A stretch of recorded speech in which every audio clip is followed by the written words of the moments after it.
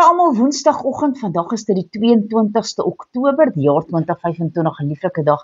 Deur Abba geskenk aan ieder en elkeen van ons. My naam is Sonja Gerber. Vandag gaan ons 'n bietjie gesels oor elende. Israel het dikwels sy omstandighede as elende beleef. Dan het hulle na die Here toe geroep en hy het hulle gered. Soms het die Here sy profete gestuur om vir sy volk te beduie hoekom hulle elende beleef, omdat hulle gesondig het. Hulle elende kom van die Here af as 'n straf. Jesus waarsku dat elende wag vir mense wat hulle nie aan hom steur nie. Gelowiges kyk na die elende met geloofsoë en weet dat dit verbygaande van aard is. En hulle waarsku mense teen groot elende wat volg as ons 'n lewe sonder God wil leef. Halleluja. Eksodus 3 vanaf verse 7 tot 10. En die Here het gesê: Ek het duidelik gesien die elende van my volk wat in Egipte is. En ek het hulle jammerklagte oor hulle drywers gehoor. Ja, ek ken hulle smarte. Daarom het ek neergedaal om hulle uit die hand van die Egiptenaars te verlos en hulle te laat optrek uit daardie land na 'n goeie land, 'n wye land, na 'n land wat oorloop van melk en honing, na die woonplek van die Kanaaniete, die Hetiete, die Amoriete, die Ferisiete, die Jewiete en die Jebusiete. En nou, kyk, die jammergeklagte van die kinders van Israel het tot my gekom. Ek het die verdrukking gesien waarmee die Egiptenaars hulle verdruk.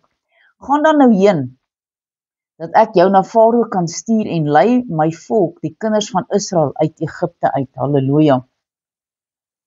Dan wil ek lees 2 Samuel 12 vers 9 tot 12.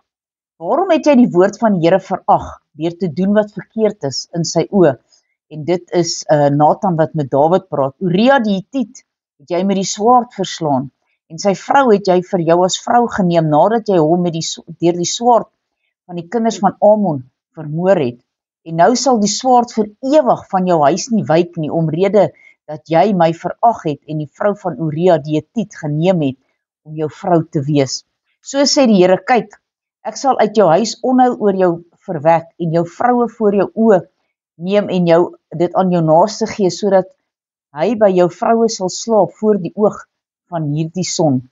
Want jy het dit in die geheim gedoen, maar ek sal hierdie dinge doen voor die hele Israel en dit in die volle sonlig. Dan 2 Konings 14 vers 26 en 27. Want die Here jou God het gesien, die elende van Israel baie bitter was, en dit met almal sonder uitsondering gedaan was, en Israel geen helper gehad het nie. En die Here het nog nie gespreek dat hy die naam van die koning Israel onder die hemel sou uitdelg nie. Daarom het hy hulle verlos deur Jerobeam, die seun van Joas. En my laaste vers kom hierso uit Openbaring 12 verse 12. Daarom wees verheug, o hemele, en wat daarin woon. Wee die bewoners van die aarde en die see, want die duiwel het na julle toe neergedaal met groot woede, omdat hy weet dat sy tyd min is. Kom ons bid saam. Almagtige God en Hemelse Vader, Here, baie dankie dat U ons elende raak sien. Here, dankie dat U 'n uitkoms gee wanneer ons aan elende gedompel is. Here, baie dankie vir U hand van beskerming en voorsiening oor ons. Here, ons wil U net loof en prys en eer. Here, wees met ieder en elkeen in hierdie dag.